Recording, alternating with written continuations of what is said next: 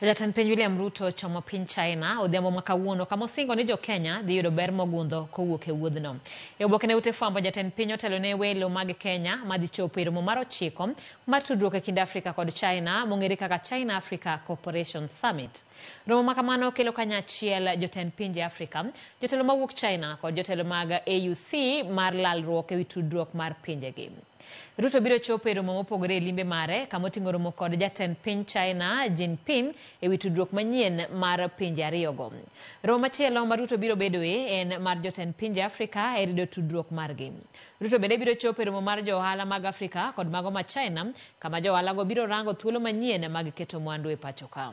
Mogik en romo mar weg kembe mag ji giwegi kama jatend piny osingo lombogi ne keto mwandu e Kenya kaachiel kod ber ma bende jatend piny owacho ni mage moko kuom ber ma piny Kenya biro yudo kama oting'o rido winjruok makare kind piny Kenya kod China.